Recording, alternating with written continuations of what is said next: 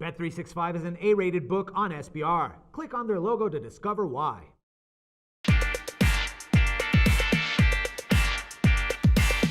Hello and welcome to Euro Football Weekly. I'm your host, Natalie Rydstrom.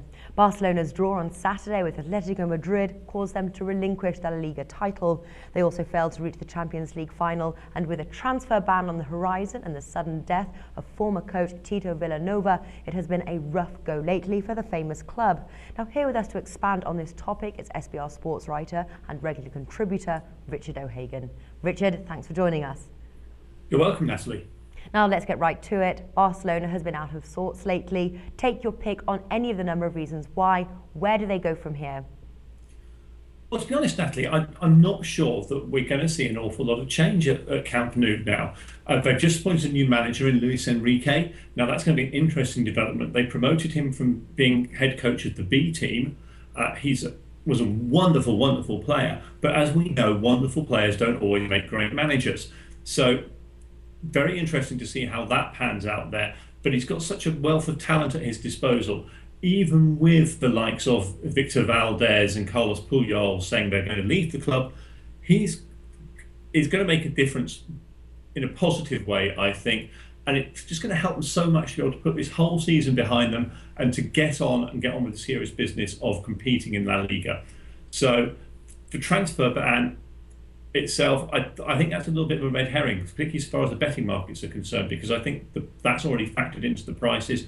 And because they've had the ban stayed until the Court for Arbitration in Sport makes a decision later on this year, they've had time to plan for that as well. So don't read too much into that one at all. Okay, and would you say that Barcelona is in good hands with Enrique? It's difficult to say. I mean, we thought Manchester United was in good hands with David Moyes, didn't we? And that all went horribly wrong. But he's come from inside the club. As I say, he's very, very well respected as a player. I think if he shows that he can coach, if he can gain the respect of all those international stars he's got there, then they're going to be very, very serious contenders for La Liga next year. And they're going to give the likes of Real Madrid a serious run for their money. And where do you expect Barcelona will be odds-wise among the teams favoured to win La Liga when the markets reopen? I think they're going to be pretty much first or second. I think Real are going to be the favourites. I think Barcelona are going to be very close to them. In terms of playing personnel, when you look at it objectively, there's not an awful lot of difference between the squads. You can say one's got Ronaldo, one's got Messi. Pretty much cancel each other out. So the only reason not to have them pretty much as joint favourites is all the things that have been going on with Barcelona recently.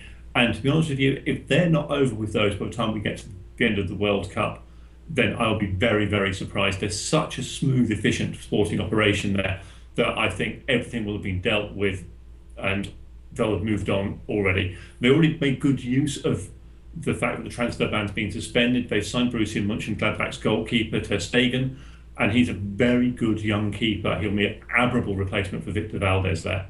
Mm-hmm. And do you think Barcelona will get their title back at the end of next season? Well, I actually do. I think they are a more consistent side, a more reliable side than Real. I think that the other contenders are obviously going to be Atletico after they won this year.